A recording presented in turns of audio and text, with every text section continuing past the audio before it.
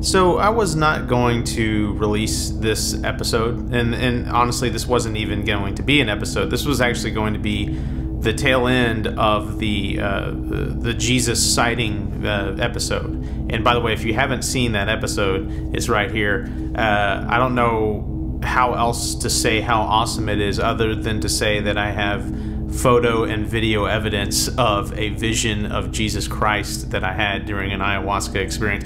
Like, hello, like, how is this not like the biggest thing on YouTube right now? It just blows my mind. I was going to put this at the end of that video, but the video was already too long. But this is something amazing that I saw on television, of all things.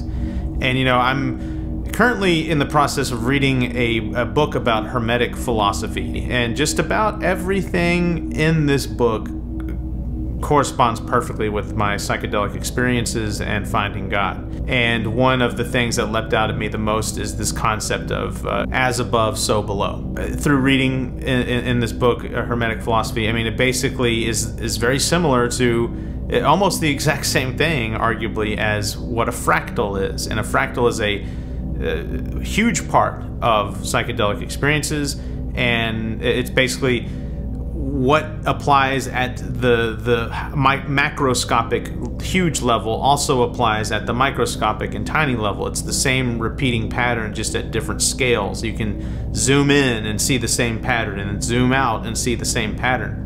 What we're about to see in this video here is basically an example of that. It's a causal fractal.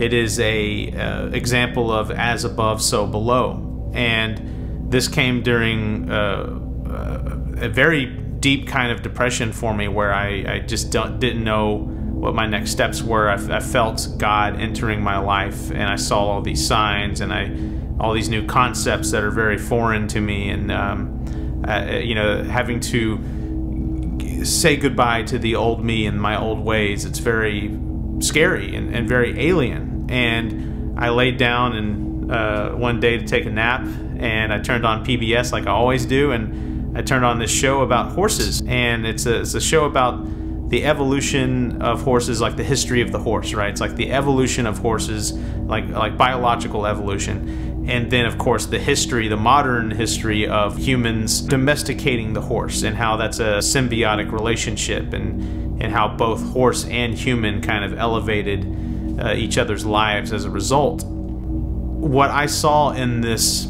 show, this little segment of the show, is the most beautiful metaphor for God entering our lives and becoming part of our lives and imposing His will on us. There are things beyond our little human brains that God has in store for us, and He wants us to do, like work that He wants us to do. His motives are not human, that they are God's motives, and we will never understand them, right? But just like a horse never truly understands what a human has in mind when a human puts the horse to work. It just knows that it does a job and it gets rewarded, and that the human will never let anything bad happen to him, providing that you are a good, responsible horse owner, of course. But it's a beautiful message, and it really hit me hard. This is a strange video. It's a very strange format of watching a video, pausing, making comment, watching a video, pause, make comment. But I think it's effective, and I think it works, and I hope that y'all like it. Thank you very much. Talk to you later. Boop.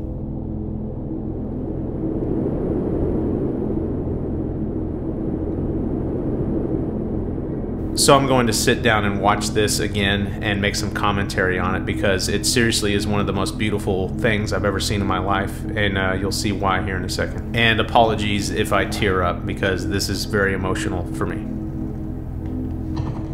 In horse country, Jimmy Anderson is a bit of a legend. They say he can read a horse's mind.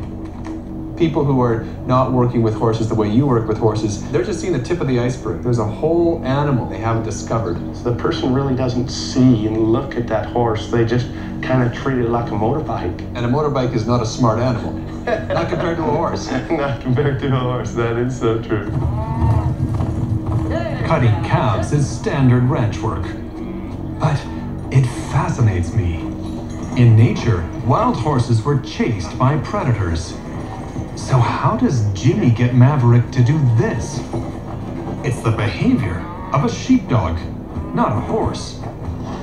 So in my natural state, much like a horse in its natural state, for all intents and purposes is aimless.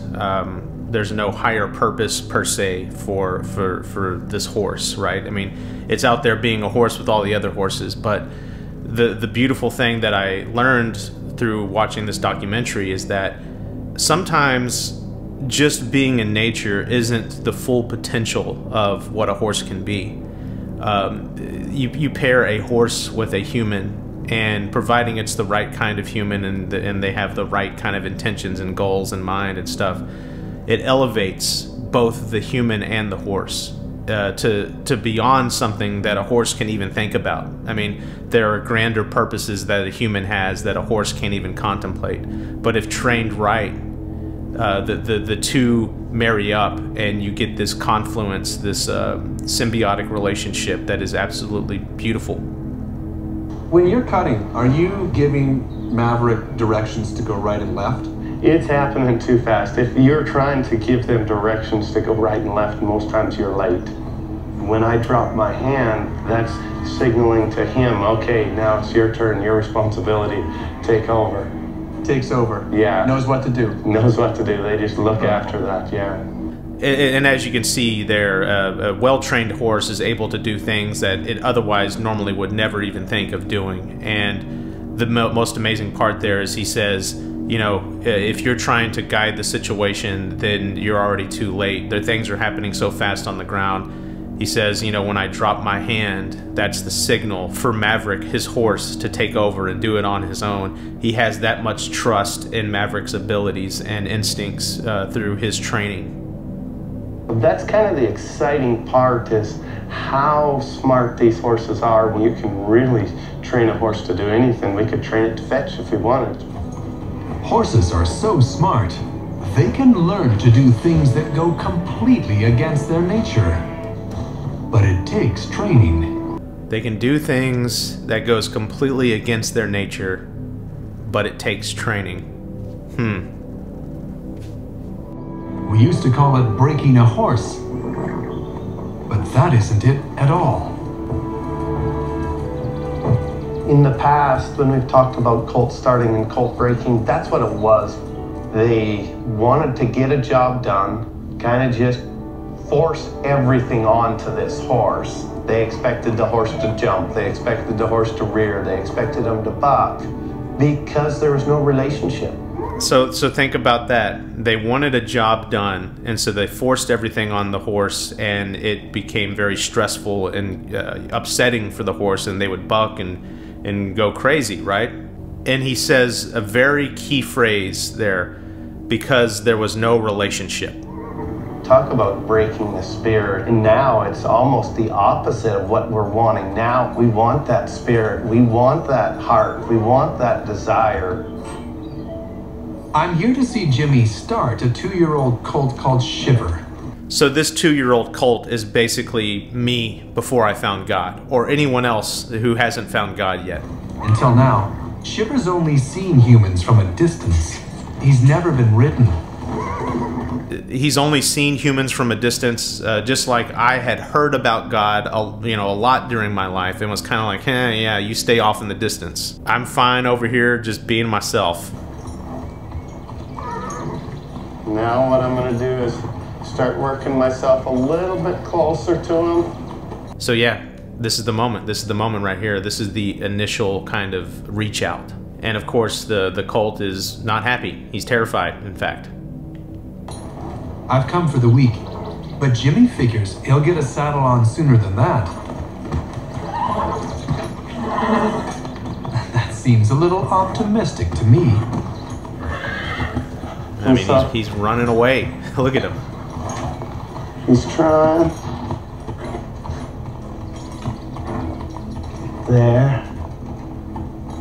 There we go. And you can see right there his calm and stoic but loving presence, his force there, calms the horse down. But you'll notice it's just his presence at this point, his influence from afar. You'll hear me talk about 2 eyes. When that horse can start to give me them 2 eyes, he also gives me his focus. When that horse gives me those 2 eyes, it shows that he gives me his focus. I mean, that's like being in the presence of God and acknowledging that it is God, and being in awe and wanting to know more.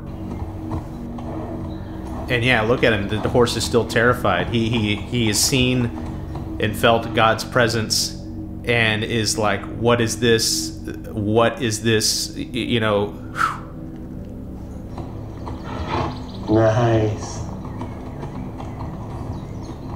He really needs to get used to this. If he can't take that touch, he won't take a saddle. No, we're getting him used to an external pressure. If he can't take that touch, he won't take a saddle. And we got to get him used to that external pressure. Think about that.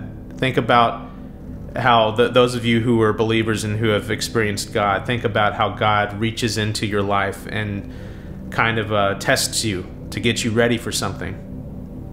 Tap this hind end and have him yield that hind end. Nice. Tap this hind end.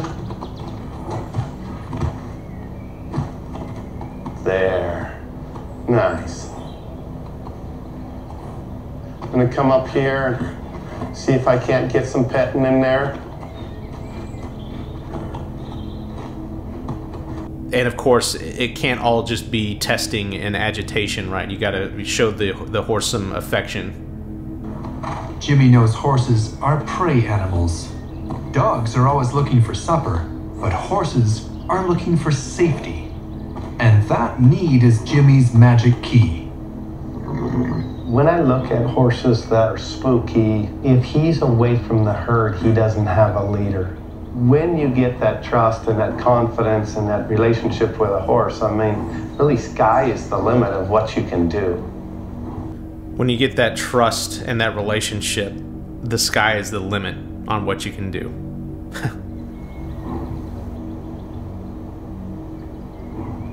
And he's testing the horse here. He's putting him through a little bit of agitation to see if he will calm down and look to him for guidance. I mean, he's tapping him with that little thing. He's stroking his back with his rope there.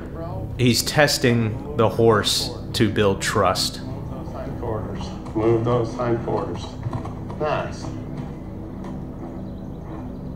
How do you know how far to take it and when to stop? You know, we're looking at the expression in his face, looking at that tightness through his neck. He's telling me, Jim, you can do more, or Jim, I'm getting too worried, I can't take this. So that's where I'm just reading him and letting him tell me how much.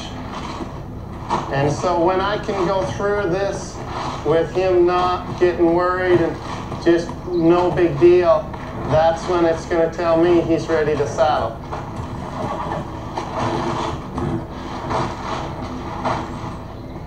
Now he's getting good with the tarp.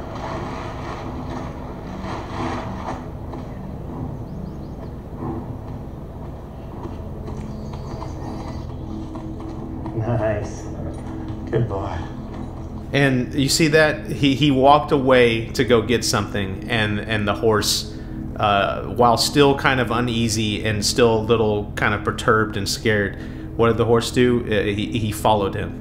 I don't know how many times that in my spiritual awakening and finding God that it seemed like the faucet was turned off from God, and I got really worried and basically did what you're seeing there. And you know what? God was probably tending to something else that was still related to me, just like this guy's doing. He's grabbing the saddle. So what are you doing now, Jim? I'm just bringing Maverick in.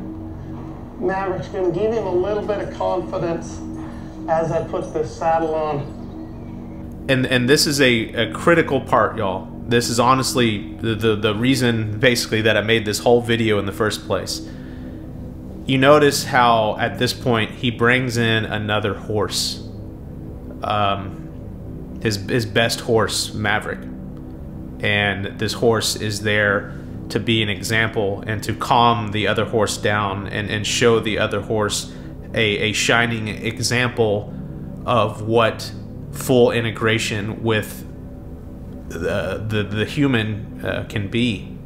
And I wonder what, you know, a perfect horse that is in full alignment and integration with its master, its human master.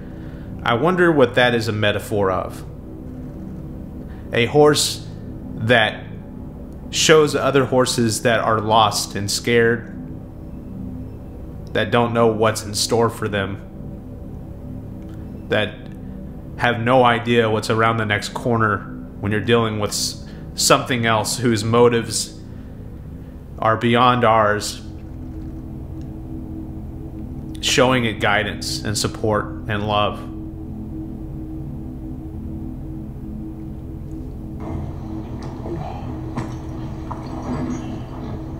And that's the first time. That's the first time right there, yeah.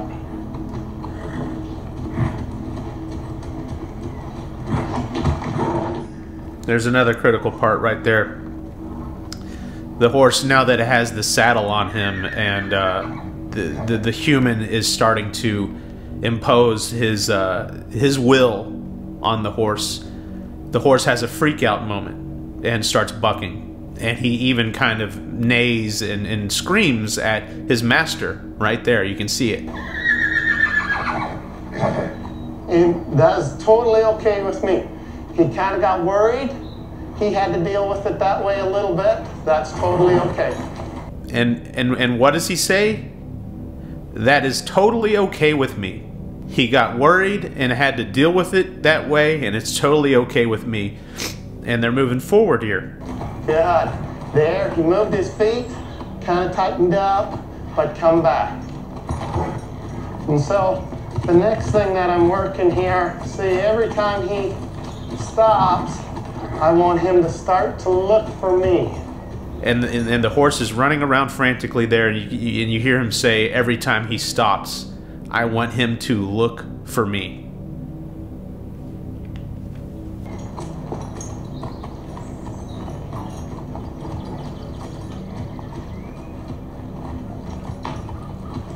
There we go. Nice. That's what I want to see. That focus, that looking to me for that answer. That focus, that looking to me for the answer. He's come a long way since morning. He's come a long ways, yeah. And look at the horse. I mean, you can still see that this is a completely unnatural thing for him. He's still kind of terrified. And now he's doing all this stomping and all this ridiculous stuff. I mean, look at this. I want to get on him. It's like, if I'm the horse, I'm like, why is he just jumping up and down next to him? What in the world is going on here? Really, really good changes here. If I'm the horse, I'm like, what is this? Now he's jumping on and putting weight on me? But then I look over to the horse next to me, and I see how calm and stoic and poised he is. And I'm at ease. He's putting his weight on me. Think about that. He's putting his weight on me. And here's this horse next to me that has had the weight of this man on him 1,000 times. Completely stoic and calm and poised and ready to go in and do work.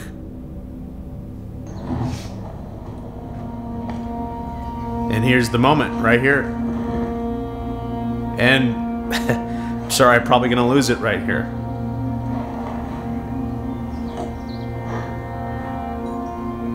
Just amazing. Completely calm. Just amazing.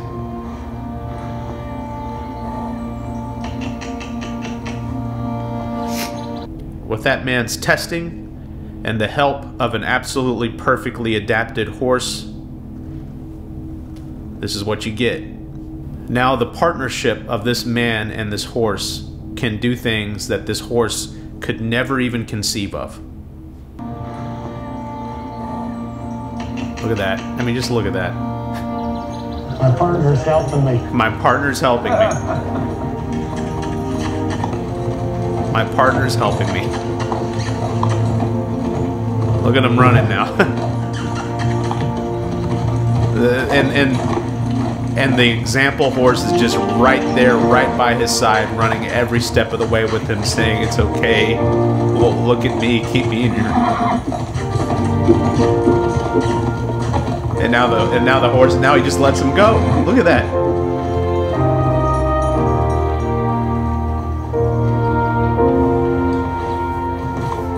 Nice. That was just superb. That was incredible to watch. Good boy. You know, couldn't have asked for a better first day. Good boy.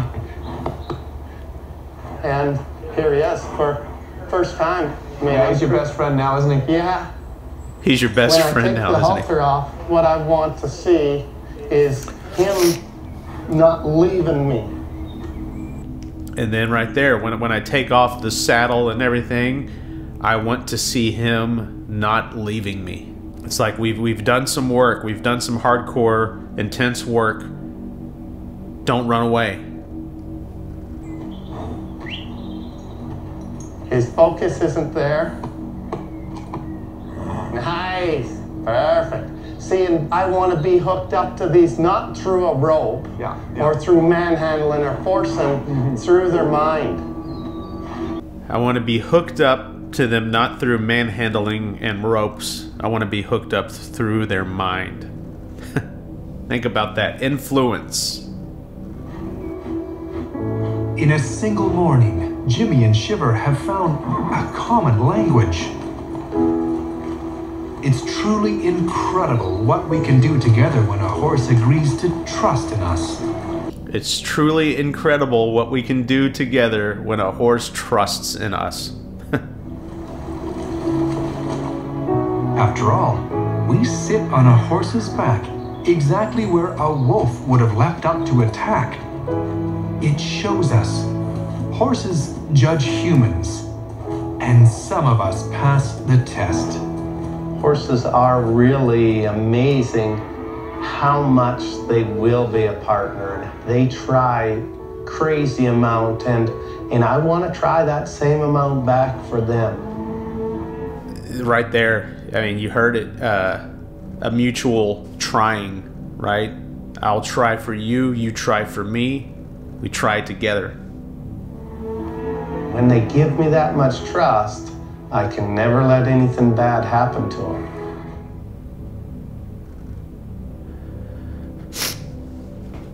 That part speaks for itself, y'all. When they give me that much trust, I will never let anything bad happen to them. When I lay Maverick down in the arena, he has given me his trust. Maverick knows I won't let something happen to him.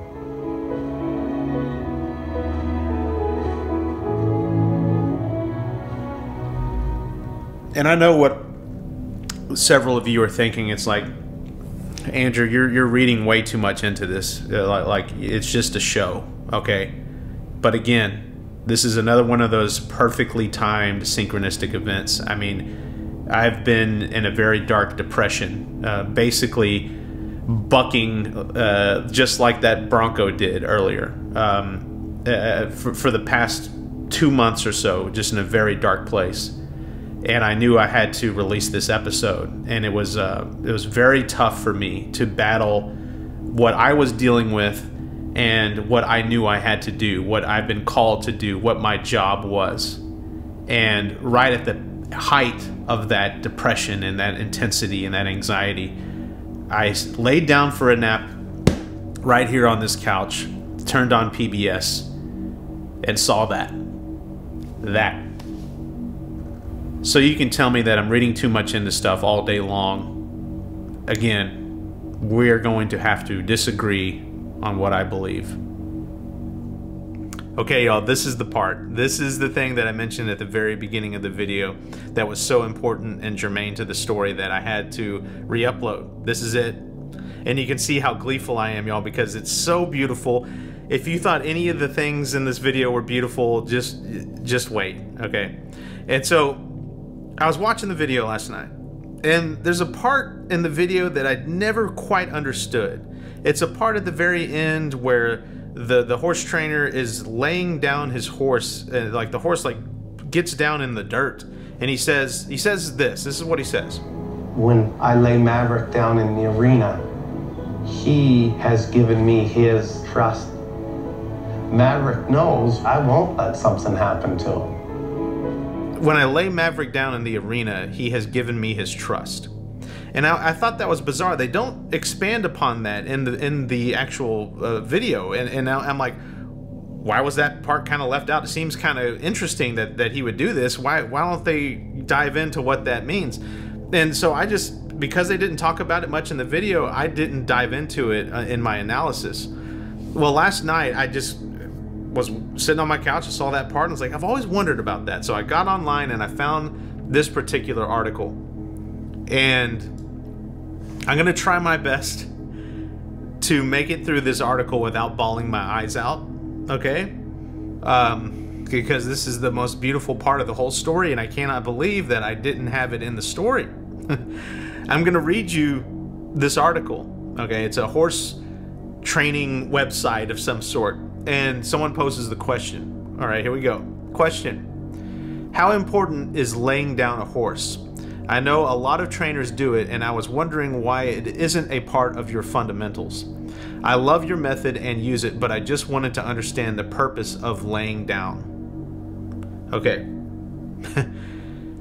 Answer: laying down a horse is very beneficial and something I do with all of my colts.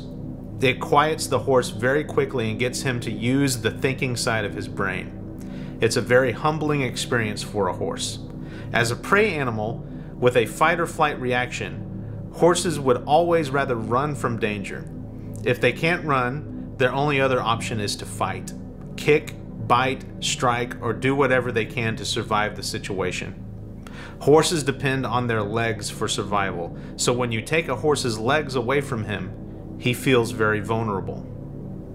What's the last thing a prey animal like a horse does before he dies? He lies down. So if you can show your horse that you can take his legs away from him and let him get back up without harming him, it will really build his confidence with you as a leader. It's like the horse thinks to himself, you had me on the ground and you could have eaten me, but you didn't. You really must not be one of those predators out to get me.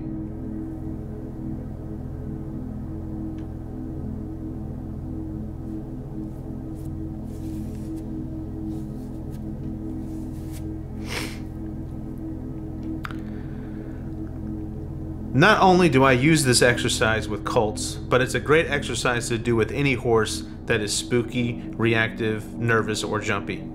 I'll also use it for horses with an extreme, oh no, don't touch me there spot that doesn't get completely fixed using the approach and retreat method. For example, if I have a horse that is very ear shy, I will use approach and retreat for a couple of weeks to try to get him over his fear.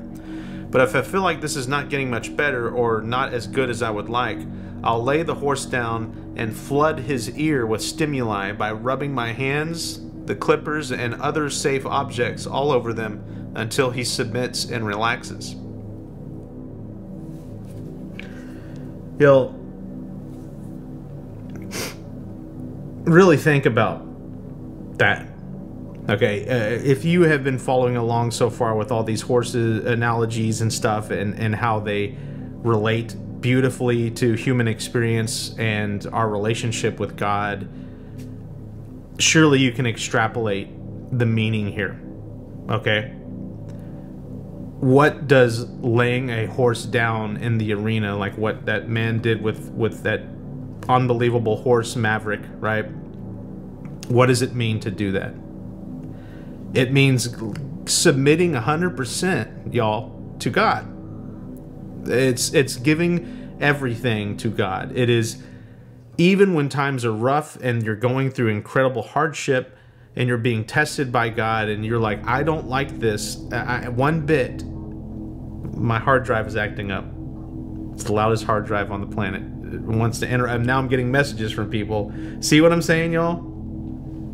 This stuff is going to jump in and distract you right when you're delivering the most message. 11:11. Right when I got that annoying message, y'all. 11:11. And to me, I've started learning recently that whenever you get these amazing revelations, y'all, or synchronistic things, not revelations, when you get these amazing synchronistic events like 11:11, some people might not view them as amazing, but I do, because it always happens, especially nowadays, now that I've found God and I'm on this new spiritual path. It always kind of corresponds with a choice or something you need to pay very close attention to. And I was talking to a guy recently about synchronicity, and he mentioned to him that you have to pay very close attention to that when that happens, because it's a choice that you have to make, and you're either going to make a good choice or a bad choice, the right choice or the wrong choice. And I don't know what seeing 11:11 is 11:12 now, but I don't know what seeing that right now means, but I think it means that I need to ignore all of these messages that I've got right now and continue with this message because it's important. I was trying to finish my message, and the world was trying to distract me. But y'all, my point here is that submitting to God 100% is the answer here. That is what this means. It is letting go of your fears and falling back into the unbelievable backstop that is God. It's like the safety net of God. It's like you're balancing on the tightrope, y'all. You got these, those crazy tightrope walkers that can, ride bicycles and have balancing beams on them and stuff across the tightrope. We're walking the tightrope of life, y'all. And God is down there saying, fall into me. Just let all that bicycle and the balancing pole, and some tightrope walkers have other people on top of them. It's just like, let all of that go and fall into me. And it's a scary thing, y'all, to just fall like that. But God is down there saying, I'm going to give you a soft landing, a beautiful landing. It's going to feel so good. And I will take care of you. And just like they say in that video, he will never let anything bad happen to us if we just do this. And I'm learning this now, y'all, and it's a brand new concept to me. I prayed to God last night. I said, when I realized this, I said, hey, God, can you please lay me down in the arena? I'm ready. I don't know if I'm ready. I don't think I'm ready. I may be one of those horses that's eager to work, and then the second they put the bridle in me, I start freaking out. I'm like, wait a second, that's what work is? I might be that horse, y'all, but at least I keep... What did he say? I want to see those two eyes. You'll hear me talk about two eyes. Mm-hmm. When that horse can start to give me them two eyes, he also gives me his focus. Looking to him for that answer? That's what I want to see. That focus, that looking to me for that answer.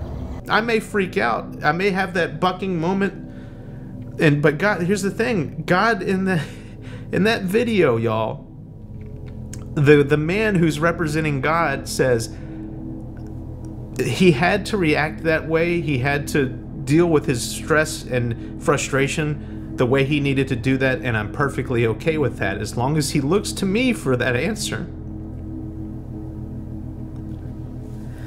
And when that horse is ready, when you're on the level of a maverick, or getting close to that level, when you need to have the biggest breakthrough, right? So I think from what I saw in this video, Maverick's already there. He's been there. He is well beyond a trained horse. He is like, human and horse have become one. Hello, Jesus Christ. Human and horse have become one. They're one entity. They're one unit, right? The trainer doesn't need to lie Maverick down in the arena anymore, because that seems to be an essential part of horse training, is full trust, full submission, rather. That's the word. Full submission, full trust. Maverick doesn't need that anymore. He's a fully acclimated and ingrained, trained horse. You can tell that this man lays Maverick down in the arena still because it's an act of love. And that's what love is, y'all. Love is vulnerability. Love is showing your vulnerability and having a reciprocal vulnerability exchanged back with you. And so the man does not need to do that with Maverick, but he does out of love. And so what I'm saying here, y'all, is I may not be ready to be laid down in the arena yet, right? To fully give in. I may be still, God is probably still, you know, rubbing the rope on my back or perturbing me with the tarp, right? He probably hasn't even put a saddle on me, man. And so it's a bit presumptuous for me to say, hey, God, I'm ready for that. I am ready to be laid down, but I prayed to him anyways. And I think that if I'm God and I'm wanting to see those two eyes, right, I'm looking to him for that answer. Even if I'm not ready, I think that God would be like, all right, I'm going to pay attention to you. I'm probably not ready, y'all, but I want it. And even though every single day the world comes in and tries to destroy that, every single day it happens, y'all. Not even every single day. Every hour, something tries to destroy this in me. Every hour, hell, every minute, something tries to destroy that. And sometimes I let it destroy it. Destroy it. I'm getting better at not letting it destroy it, but sometimes I let it happen. We are human. We are bound by survival to this existence, to this world. And so in a lot of ways, we have to let it do that. But I keep looking to God. I keep trying to anyway. There are times where it's a lot harder to do that, but I still do. And I'm proud of myself for doing that. I really am. I have to give myself credit for once in my life that I just, despite all of the things that keep happening and the distractions and the attacks, I keep giving God those two eyes. And so I'm proud of myself and I'm very happy.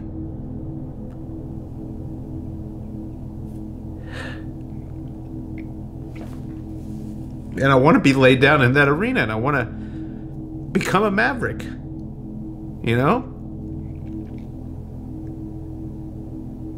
And I'm going to keep giving God my two eyes until that happens, until he's ready. When he thinks that I'm ready, what does it say in this article here? It says, this last part, I don't show people how to lay their horses down until they've reached the colt starting phase or the trick training phase, because you have to have good feel and timing to do it correctly. Your horse will struggle when you initially ask him to lie down, and you need to know how to react when he does so that you keep the both of you safe. Okay, now God, obviously God's not going to be harmed by me freaking out, but God needs to make sure that I'm ready for this. Okay?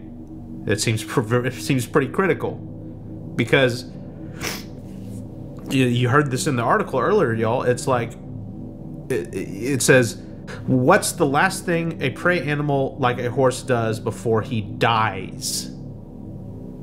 He lays down. Okay, you hear that word die, y'all?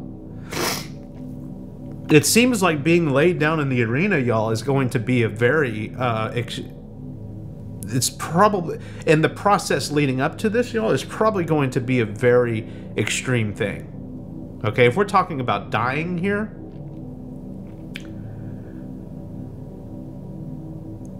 what I'm asking for, y'all, is going to be extreme.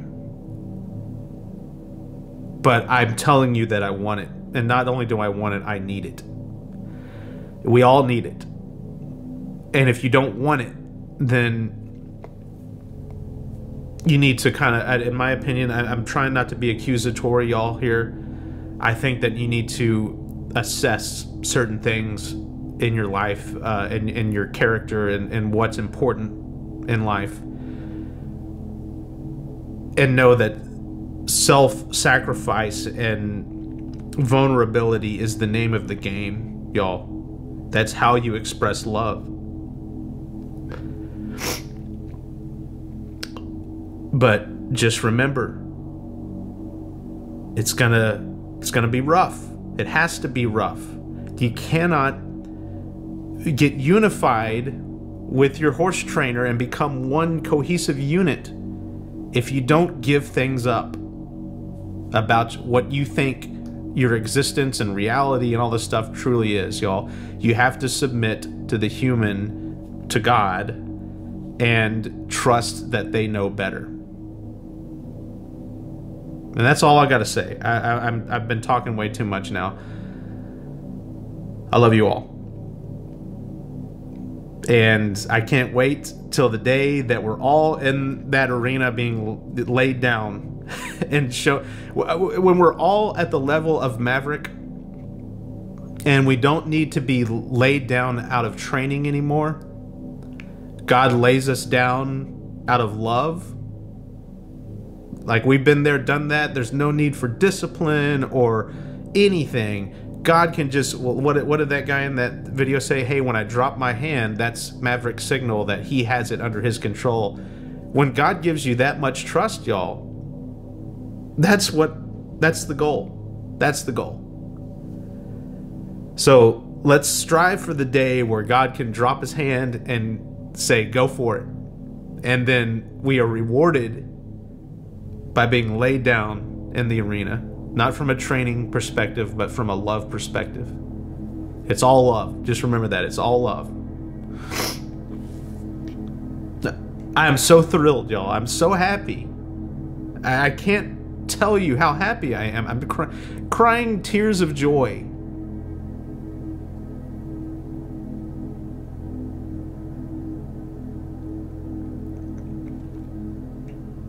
Love you all. And for any of you turbocharged Christians out there who are going to be upset for my lack of saying Jesus in this whole monologue, y'all, it's pretty evident how Jesus fits into this. Okay? It's very evident. I don't need to even say it. That's how evident it is. Okay, so if you're upset about that, please don't be. Okay, please don't be. I love you all. See you soon.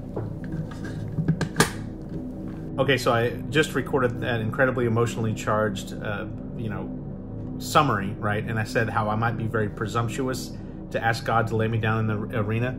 Look at the word that pops up on my screensaver. Hello. It's a word of the day app, y'all, and there was another. This happens to me all the time, by the way. This particular screensaver, words will pop up that are incredibly pertinent, incredibly topical to what's going on, and I think it's just another one of those synchronicities, one of these God synchronicities. And so, if you thought that one was amazing, y'all, listen to this one that happened the other day when I was recording the introduction to this video. Oh my God, y'all! But before we move on to the other example from the other day where this happened, you got to see the other word that popped up for today, y'all. I jumped the gun on the whole presumptuous one. Like, see, there's presumptuous. It just popped up again. I jumped the gun on that, and I was so excited about that word because I said that exact word earlier. And so I got all excited and I uploaded that little part, y'all. But then this word popped up. Capitulate. Cease to resist an opponent or an unwelcome demand. Surrender.